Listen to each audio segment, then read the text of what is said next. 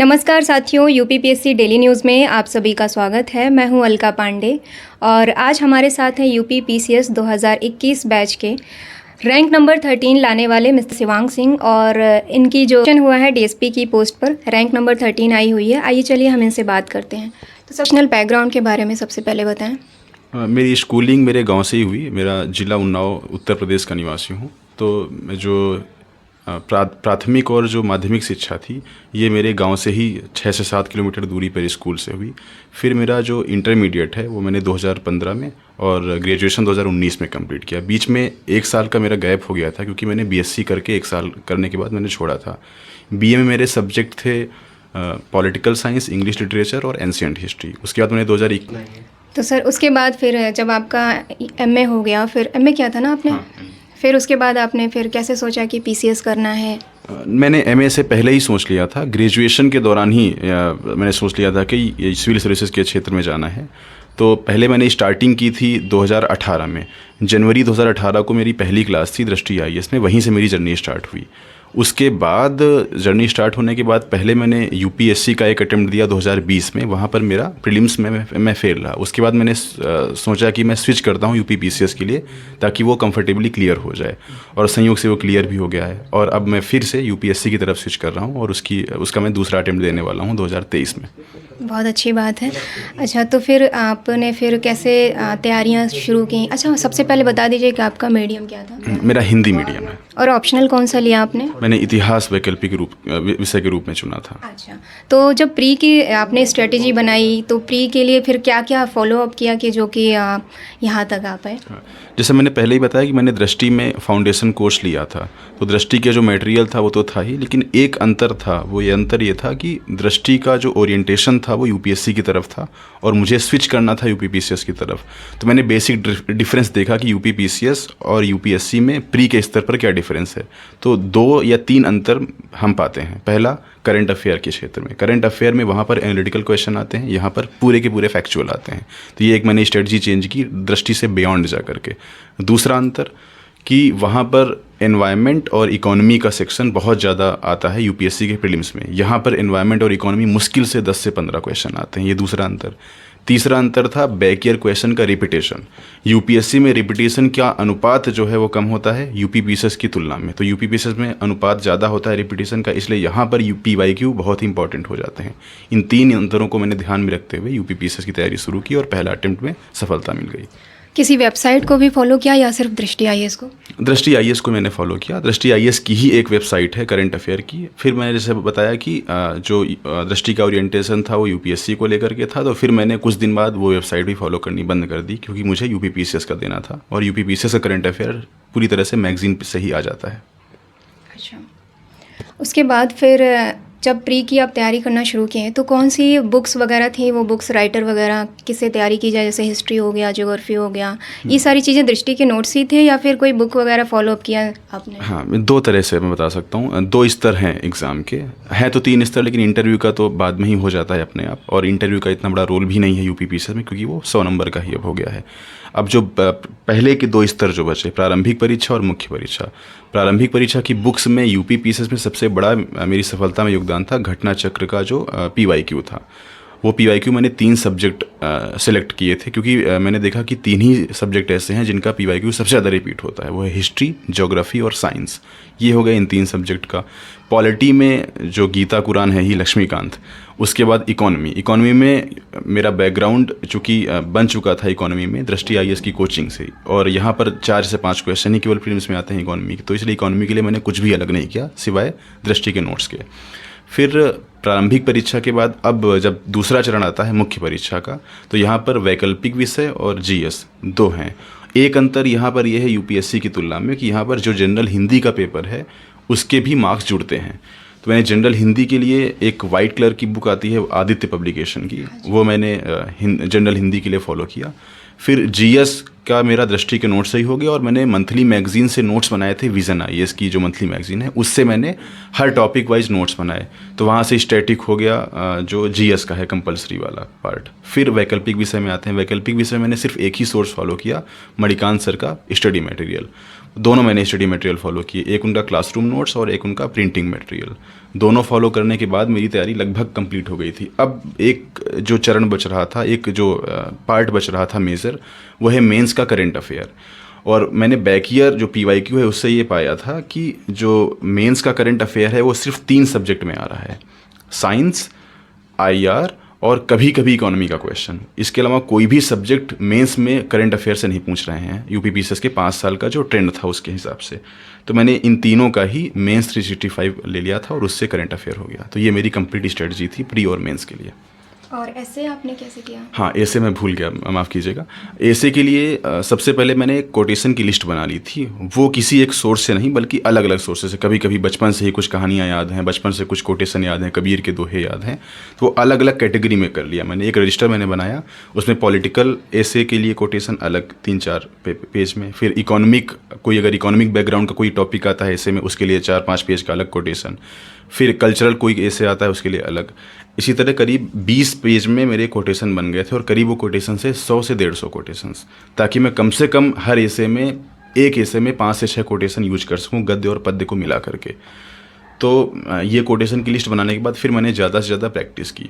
Practice के तहत मैंने करीब, बहुत ज़्यादा नहीं तो 10 से 15 ही ऐसे लिखे थे, क्योंकि टाइम उस समय कम था, मेरा पहला अटेम्प्ट था, तो ऐसे पे मैंने कम ध्यान दिया था अदर की तुलना में, क्योंकि मेरे पास कोटेशन की लिस्ट तैयार थी। तो मुझे पता था कि GS कंप्लीट होने के बाद ऐसे में मैं अच्छे से कर सकता हूँ। फिर अब एक बूस्टअप करने के लिए मैंने निबंध दृष्टि की किताब ली थी, हालांकि बहुत उपयोग उसका नहीं हो सका, आशा है कि आगे उसका उपयोग ज़्यादा होगा। तो यही अभी तक ऐसे की स्ट्रेटजी थी। फिर इंटरव्यू के लिए कैसे क्या किया आपने? हाँ, तीनों ही चरण में मेरा सबसे जो फेवरेट चरण है वो है इंटरव्यू का। सबसे कंफर्टेबल और सबसे आसान मुझे इंटरव्यू लगता है, ये मेरी पर्सनालिटी के अकॉर्डिंग। तो इंटरव्यू में मैं, एक तो मेरे जैसे ग्रामीण पृष्ठभूमि वाले स्टूडेंट के लिए एक यही अचीवमेंट होती है कि मेंस क्वालिफाई हो गया पहले अटेम्प्ट में, तो कोई प्रेशर नहीं था। क्योंकि अगर मैं इंटरव्यू में फेल भी होता या फाइनल सिलेक्शन नहीं भी होता, तभी मेरे दिमाग में ये था, बैक ऑफ द माइंड यही चल रहा था कि ये तो अचीवमेंट ही, अगर नहीं भी होगा तब भी कोई प्रॉब्लम नहीं। ये चीज़ चलने की वजह से शायद ऐसा लगता है कि कॉन्फिडेंस बढ़ा होगा, लेकिन कॉन्फिडेंट बहुत था। और तैयारी मैंने कुछ ऐसी खास नहीं कि सिर्फ मैंने जो दृष्टि के या किसी भी कोचिंग के जो मॉक इंटरव्यू हैं UPPCS के, करीब मैंने 40-50 मॉक इंटरव्यू देख लिए, एक क्वेश्चन की रेंज देख ली कि UPPCS में किस तरह के क्वेश्चंस पूछे जाते हैं। जब मैं मॉक इंटरव्यू देख रहा था तब मैं एक चीज़ ये नोटिस कर रहा था कि कौन कौन से ऐसे प्रश्न हैं जो इंटरव्यूअर पूछ रहा है कैंडिडेट से और वो मुझे नहीं आ रहे हैं। उनको मैंने लिस्ट बना ली। करीब 30-40 क्वेश्चन ऐसे थे जो मॉक इंटरव्यू में इंटरव्यूअर पूछ रहे थे कैंडिडेट से और वो मुझे भी नहीं आ रहे थे, वो मैंने तैयार कर लिए। फिर अपना जो, हाँ, तब तक मुझे ये भी पता चल गया था कि UPPCS में ना ही मेरा नाम जाने वाला है, ना ही मेरा पता जाने वाला है, ना ही मेरे पिताजी का नाम जाने वाला है, ना ही मेरी एजुकेशन का जो कॉलेज का नाम है, हाई स्कूल इंटर का, वो भी वहाँ पे नहीं पहुँचने वाला है। तो मैंने ये एरिया मेरा साफ़ी हो गया कि उन्नाव के बारे में या उत्तर प्रदेश तो पता ही, उत्तर प्रदेश के बारे में तो पूछते ही हैं। उन्नाव के बारे में डिस्ट्रिक्ट ओरिएंटेड क्वेश्चन मुझे पता था कि कम आने वाले हैं, अपवाद स्वरूप 1-2 कैंडिडेट से पूछ भी रहे थे। तो फिर उन्नाव के बारे में हालांकि तब तक जानकारी हो गई थी। फिर एक ये मॉक इंटरव्यू से हो गया। फिर मैंने वही किया कि मॉक इंटरव्यू ज़्यादा से ज़्यादा मैंने खुद भी दिए। करीब मैंने 12 से 13 मॉक इंटरव्यू दिए कोचिंगों में जा कर के। एक फिर मैंने 3 दोस्तों का ग्रुप बनाया था, उसमें से सबसे बड़ा योगदान उत्कर्ष पांडे का था, मेरा बेस्ट फ्रेंड है वो। उससे मैं पर डे, क्योंकि मेरा बेस्ट फ्रेंड है तो मेरी वीकनेस और स्ट्रेंथ जानता था, वो मेरा पर डे 1 घंटे का इंटरव्यू लेता था और 7 दिन उसने लिया, तो 7 घंटे इंटरव्यू उसने लिया ऑनलाइन। वो कानपुर में है और मैं यहाँ से वीडियो कॉल के माध्यम से करता था, और 12-13 इंटरव्यू कोचिंग इंस्टीट्यूट में हो गए। अगर कंपैरिजन किया जाए तो कोचिंग इंस्टीट्यूट की तुलना में जो मेरे दोस्त ने इंटरव्यू लिए थे वो ज़्यादा बेनिफिशियल है, क्योंकि वो फंसाने वाले क्वेश्चन ऐसे पूछ रहा था मेरी पर्सनालिटी के अकॉर्डिंग कि कहाँ ये फंस सकता है। तो इस वजह से वहाँ से कॉन्फिडेंस बहुत बूस्टअप हुआ। जब मैं उसका 6वां और 7वां इंटरव्यू दे रहा था तब उसने रिव्यू किया कि अब बिल्कुल बेस्ट हो गया है, और एग्जैक्टली सारे क्वेश्चन रिपीट भी हो गए वहाँ पर भी। तो इंटरव्यू बहुत अच्छा रहा मेरी, इस वजह से मेरे लिए। सर, पहले ऑप्शनल के बारे में कुछ बताएं लोगों को। मेरा, जैसे मैंने पहले ही बताया कि मेरा इतिहास वैकल्पिक विषय है, तो मैंने अन्य कैंडिडेट की तुलना में एक मेरी स्ट्रेटजी में डिफरेंस ये था कि मैंने आज तक एक भी टेक्स्ट बुक या आज तक एक भी रेफरेंस बुक को रेफ़र नहीं किया है। मैंने सिर्फ द स्टडी, एक संस्थान है मणिकांत सर का, उनका क्लास नोट्स और उनका स्टडी मटेरियल प्रिंटिंग वाला वो मैंने लिया, और मैंने खुद से भी कुछ इनोवेशंस उसमें किए थे। जैसे कि मैंने एक मैप की लिस्ट बनाई थी एंशिएंट हिस्ट्री से लेकर के, यानी कि पाषाण काल से लेकर के जो आधुनिक भारत में स्वतंत्रता संग्राम है, यहाँ तक के करीब 25 से 30 चैप्टर हो जाते हैं। एक मैंने नोट्स बना करके सारे चैप्टर्स में जितने इनोवेशंस हो सकते हैं, फिगर, डायग्राम और मैप्स, इन तीनों की मैंने लिस्ट बना ली। तो लगभग 70 से 80 मैप बन गए थे और कुछ 50 से 60 डायग्राम बन गए थे इसमें। और एक ये करने के बाद फिर मैंने कोटेशन की लिस्ट बनाई थी कि किसी एक पर्टिकुलर सब्जेक्ट में या किसी एक पर्टिकुलर टॉपिक में आर एस शर्मा क्या कोट करते हैं, डी डी कौसाम्बी क्या कोट करते हैं, उपिंदर सिंह मैम क्या बोलती हैं। तो ये सब मैंने कोटेशन की लिस्ट बना ली थी। तीसरा, एक मणिकांत सर के यूट्यूब चैनल पे एक वो बुक लिस्ट या बुक सीरीज़ बताते हैं, यानी कि हाल ही में लेटेस्ट पिछले 3-4 साल में कौन सी फेमस बुक लॉन्च हुई हैं, यानी पब्लिश हुई हैं, और उनका क्रक्स क्या है। तो वो हिस्ट्री से रिलेटेड ही बुक्स का डिस्कशन करते हैं। तो मैंने एक लिस्ट बना ली थी, जैसे कि ओपीएम इंक थॉमस मैनुअल सर की है किताब। वो इसमें बताते हैं कि ब्रिटिश उपनिवेशवाद में अफीम का व्यापार किस तरह से होता था और उससे कोलोनाइजेशन किस तरह से इफेक्ट किया। उपिंदर सिंह मैम की है अभी कॉन्ट्रडिक्शन ऑफ कल्चरल, इसमें बताते हैं, मैम बताती हैं कि क्रक्स इस बुक का ये है कि एंशिएंट हिस्ट्री से लेकर के मॉडर्न हिस्ट्री तक कैसे हर एक काल में इंडिया की जो कल्चर है वो आपस में कॉन्ट्रडिक्टरी रही है। इसका मैंने यूज कर दिया। तो बुक का नाम लिख करके लगभग हर क्वेश्चन में आप कंक्लूजन में या फिर इंट्रो में लेटेस्ट जो कंटेम्प्रेरी बुक्स हैं उनके राइटर को कोट करके बुक का नाम लिख करके अगर हम उसका सेंट्रल आइडिया लिख देते हैं जो क्वेश्चन से रिलेवेंट भी हो तो मार्क्स ज़्यादा अच्छे मिल जाते हैं। तो मैंने 3 जो इनोवेशन किए वो ये हैं, मैप, फिगर, कोटेशन और कंटेम्प्रेरी बुक्स का नाम। सर, तो सबसे ज़्यादा योगदान किसका रहा पीसीएस की जर्नी कंप्लीट करने में? जैसे कि एक सभी ग्रामीण पृष्ठभूमि के और मध्यम वर्गीय परिवार के व्यक्ति का होता है, माता पिता वो तो बिल्कुल बैकबोन की तरह खड़े रहे। इसके अतिरिक्त मैं उन सौभाग्यशाली लोगों में से हूँ जिनके बाबा के साथ साथ परबाबा भी अभी हैं। तो ग्रेट ग्रैंडफादर जिनकी एज 90+ अभी होगी, उनका योगदान बहुत ज़्यादा रहा। बाबा जी का भी योगदान रहा। और यहाँ पर मेरी डेली रूटीन में सबसे बड़ा योगदान मेरी बहन का रहा।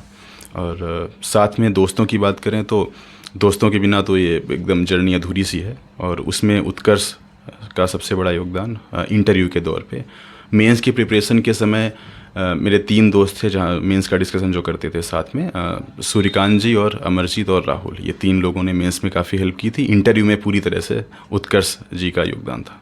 आप पीसीएस 2021 में यंगेस्ट डिप्टी एसपी के पद पर चयनित हुए हैं, तो इस दौरान आपको क्या कठिनाइयाँ लगी लाइफ में, वो बताएं।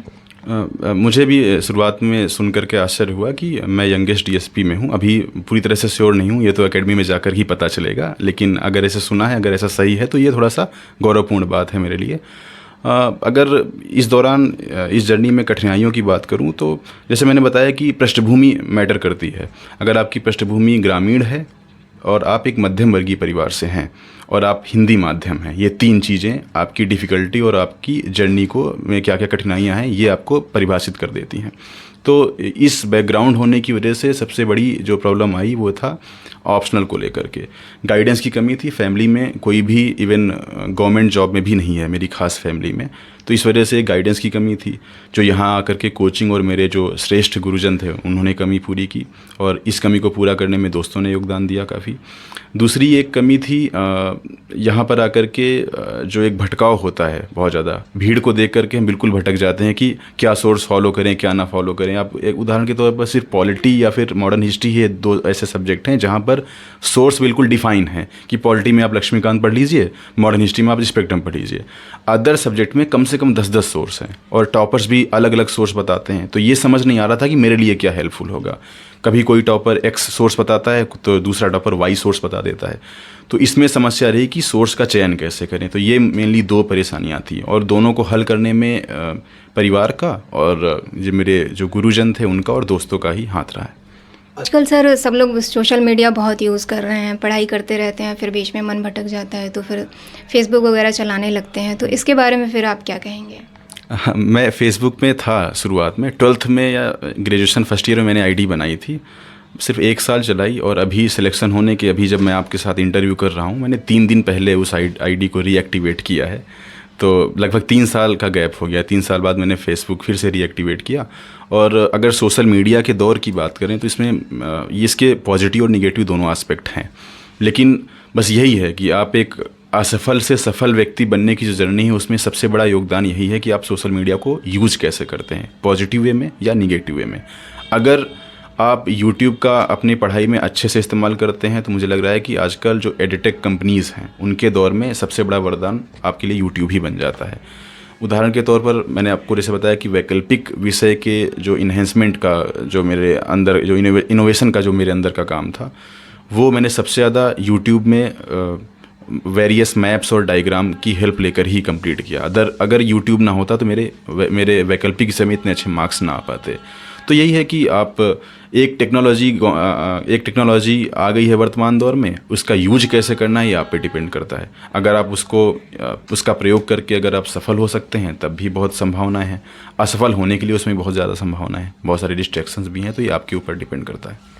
अच्छा सर, जैसे कि आपने तो कोचिंग कर ली, कोचिंग से पढ़ाई की तो पीसीएस बनना और आसान हो गया। बहुत से लोग हैं ऐसे ऑफिस भी जाते हैं, घर में पढ़ाई नहीं कर पाते हैं अपने, तो अगर वो कुछ सेल्फ स्टडी करना चाहें तो उनके लिए क्या गाइडेंस होगी? बिल्कुल, अभी बताया कि जो आईसीटी का ज़माना है इस समय और हम यूट्यूब के दौर में और सोशल मीडिया के दौर में जी रहे हैं, तो इसलिए ऑफिस के साथ साथ या बिना फिजिकली कोचिंग में उपस्थित हुए भी सेलेक्ट हुआ जा सकता है और इसी बार के चयन में बहुत सारे लोगों ने ये दर्शाया भी है।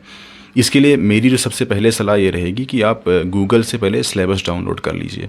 सिलेबस डाउनलोड करने के बाद हर एक पॉइंट को आप गूगल पे सर्च कीजिए। गूगल में सर्च करने के बाद उसको यूट्यूब पे भी सर्च कीजिए। दोनों जगह से इतना मटेरियल ज़रूर आ जाएगा कि एक से एक बड़ी कोचिंग का जो मटेरियल है उसकी तुलना में वो ज़्यादा ही अच्छा होगा। और एक मेरी ये सलाह ज़रूर रहेगी कि जब आप उस टॉपिक को गूगल में सर्च कर रहे हों तो आप उसमें देखेंगे कि उसमें ऑल का ऑप्शन आता है, फिर इमेजेस का ऑप्शन आता है, फिर न्यूज़ का ऑप्शन आता है। तो पहले ऑल में तो जा कर के आप देख ही लेंगे कि कौन कौन सी साइट्स ने क्या क्या उस टॉपिक के बारे में लिखा है। इसके अलावा आप अगर वो टॉपिक सर्च करने के साथ इमेज वाली सेक्शन में चले जाएंगे तब आपको आंसर राइटिंग होती है, तो वो जैसे आंसर राइटिंग की आदत नहीं होती है किसी को, तो दिन भर पेपर देना होता है दोनों टाइम, तो उसके लिए कैसे प्रिपरेशन की जाए? थोड़ा सा इंटरेस्टिंग स्टोरी है कि मैंने भी यहाँ पर आंसर्स कम ही लिखे थे। इसका मुख्य कारण यही था कि मेरा पहला प्रयास था, तो पहले प्रयास में जो मटेरियल हंटिंग है उसी में काफ़ी समय चला गया। उसके बाद फिर सभी को एक वेल ऑर्गेनाइज्ड वे में सबको कलेक्ट करना, फिर ऑप्शनल की तैयारी करना, एसे करना, तो इस वजह से आंसर राइटिंग उतनी नहीं हो पाई जितनी मैं अपेक्षा कर रहा था और जितनी मैं दूसरों को सलाह भी दूंगा कि आप इससे ज़्यादा कम से कम कीजिए। तो इसलिए जब मैं वहाँ पर गया तो मेरे लिए चैलेंजिंग था थोड़ा सा, लेकिन जब आप 3 घंटे का पेपर दे करके निकलते हैं तब आप इधर उधर ज़्यादा रिलैक्स करने की बजाय अगर आपके पास जो शॉर्ट नोट्स बनाए हुए हैं, शॉर्ट नोट्स का अगर आप रिवीजन कर लेते हैं और आप जैसे मैंने क्या किया था, शॉर्ट नोट्स का रिवीजन तो किया ही था, साथ में जो बीच का समय बच रहा था उसमें मैंने ब्रेकफास्ट करने के साथ साथ मैंने जो फिगर और डायग्राम वाली लिस्ट थी मेरी, जैसे जीएस पेपर 2 होना है पेपर 1 ख़त्म होने के बाद, तो पेपर 2 की जितनी डायग्राम वाली लिस्ट है वो आप फटाफट देख लीजिए। मैप्स की लिस्ट देख लीजिए कि पेपर 2 में कौन कौन से मैप बन सकते हैं। आईआर में सबसे ज़्यादा स्कोप होता है मैप बनाने का, तो ये 2 चीज़ें आप कर सकते हैं दोनों के बीच में। फिर आप जब पूरा दिन ख़त्म हो जाए उसके बाद आपकी डाइट हल्की होनी चाहिए, एक अच्छा उपाय होगा इसको टैकल करने के लिए प्रॉब्लम को। और इसीलिए अब उस समय जब प्रीलिम्स निकल जाता है तो आप सारे बच्चों को जब देखते हैं मेंस देते हुए तो अपने आप ही एक अलग तरह का उत्साह ही जाता है। तो ये प्रॉब्लम मुझे नहीं लगता बहुत ज़्यादा होती है, सिर्फ वहाँ पर आंसर आप कंप्लीट कर लीजिए किसी भी तरह।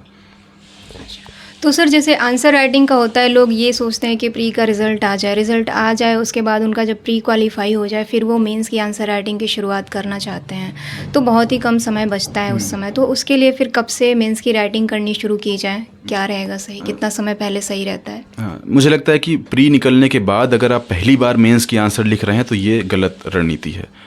आप पहले ही कर दीजिए। पहले कब कीजिए? जब आप मेंस की तैयारी कर रहे हों, जब बेसिक मेंस पढ़ रहे हों, तो सबसे अच्छा तरीका है मेंस को मेमोराइज़ करने का कि आप आंसर फॉर्म में मेमोराइज़ कीजिए उसको। कोई मान लीजिए उदाहरण के तौर पर पॉलिटी में आपने राष्ट्रपति पढ़ा, राष्ट्रपति का टॉपिक पढ़ लिया, पढ़ने के बाद आपने शॉर्ट नोट्स बना लिए। अब शॉर्ट नोट्स बनाने के बाद ये देख लीजिए कि पीवाईक्यू में क्या प्रेसिडेंट के ऊपर यूपीएससी या पीसीएस में कोई क्वेश्चन आया है। जितने क्वेश्चन आए हैं सबको खुद से लिखने की कोशिश कीजिए। फिर लिखने के बाद पीवाईक्यू का कोई ना कोई पब्लिकेशन ज़रूर ही निकाला हुआ होता है सारे आंसर्स, उनसे आप अपने आंसर को उनसे मैच कर लीजिए कहाँ कहाँ पर हम इन्हेंसमेंट कर सकते हैं। तो ये एक तरीका है कि आप जब मेंस की तैयारी बेसिक लेवल पे करें तब भी कुछ एक टॉपिक पर या फिर दिन में एक बार या वीक में 2-4 आंसर लिखते रहिएगा। सर तो जैसे इंटरव्यू के दौरान लोग मानते हैं कि जैसे इंग्लिश आनी चाहिए, तो क्या ऐसा कुछ होता है कि इंग्लिश आए तो ज़्यादा प्रेफर होगा वहाँ पे इंटरव्यू के दौरान, या हिंदी वालों का चलता है उतना ज़्यादा? नहीं नहीं, बिल्कुल माध्यम का तो मुझे लगता है कि प्री और इंटरव्यू ये दो एक ऐसे चरण हैं हर सिविल सर्विसेज एग्ज़ाम के। प्री और इंटरव्यू में माध्यम का बिल्कुल ही रोल नहीं है कि ये माध्यम ज़्यादा प्रेफरेबल है या फिर ये कम है, इसको ज़्यादा तवज्जो दी जाएगी या फिर दूसरे को कम दी जाएगी, बिल्कुल नहीं। मेंस में थोड़ा सा है आंसर राइटिंग स्पीड के मामले में। अंग्रेजी माध्यम का जब हम आंसर लिखते हैं तब हम सिर्फ हॉरिजॉन्टल हमारी पेन चल रही होती है, सॉरी, जब हम अंग्रेजी माध्यम का आंसर लिखते हैं तो हमारी वर्टिकल पेन चल रही होती है।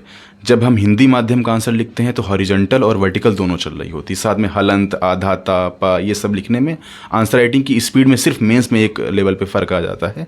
बल्कि इसके अलावा अगर देखें प्रीलिम्स में और इंटरव्यू में 1% का भी फ़र्क नहीं पड़ता मुझे, मेरे हिसाब से। और जैसे मैंने बताया कि मैंने इंटरव्यू दिया और वहाँ पर जो पैनल था बिल्कुल भी कहीं से भी उस पैनल ने मुझे आभास नहीं कराया कि मैं हिंदी माध्यम से हूँ और इस वजह से मुझे वो नेग्लेक्ट कर रहे हो या फिर इग्नोर कर रहे हो। तो मुझे नहीं लगता कोई भी फ़र्क पड़ता है। सर, जो यूपीपीएससी डेली न्यूज़ पर चैनल पर जो लोग जुड़े हुए हैं उनके लिए कुछ मोटिवेशन के तौर पर आप क्या कहना चाहेंगे? मुझे लगता है कि जितने भी स्टूडेंट हैं जो न्यू कमर हैं, दो तरह के स्टूडेंट होंगे आपके चैनल पर। एक जो बिल्कुल नए तैयारी करना शुरू किए हैं और एक जो एक दो अटेम्प्ट दे चुके हैं प्री मेंस या फिर इंटरव्यू में फेल हुए हैं यानी मेरिट लिस्ट से आउट हुए हैं। दोनों लोगों का या दोनों वर्गों के लोगों के लिए अलग अलग मोटिवेशन का सोर्स हो सकता है। जो न्यू कमर हैं वो सबसे पहले ये ध्यान कर लें कि वो किस वजह से इस फील्ड में उतरना चाहते हैं और ये भी देख लें कि यहाँ पर सफलता दर बहुत ही कम है, यानी कि आपके पास मार्जिन ऑफ एरर बहुत कम है। तो बिना गलती किए सिर्फ डेडिकेशन के साथ लगे रहें और ये ज़रूर देख लें कि आपको अपने माता पिता का नाम रोशन करना है। इसी को ध्यान में रखकर आप रोज़ तैयारी कीजिए। और जो फाइनल मेरिट लिस्ट से चूक गए हैं उनके लिए मेरी शुभकामनाएं। वो ऑलरेडी बहुत ही अच्छे स्टूडेंट हैं और सिर्फ अपनी स्ट्रेटजी को थोड़ा सा अगर रीडिफाइन करके और थोड़ा सा अगर और जोर लगा दें तो वो फिर से सिलेक्ट हो सकते हैं। सर, आपकी हॉबीज़ के बारे में कुछ बताएं। मेरी हॉबी बचपन से ही क्रिकेट खेलना रही है, जैसे कि एक आम नवयुवक की होती है भारत, अगर वो भारत का निवासी है तो वही क्रिकेट खेलना और साथ में रीडिंग की एक हॉबी थी जिसने शायद मुझे प्रमोट भी किया कुछ हद तक यूपीएससी की फील्ड में।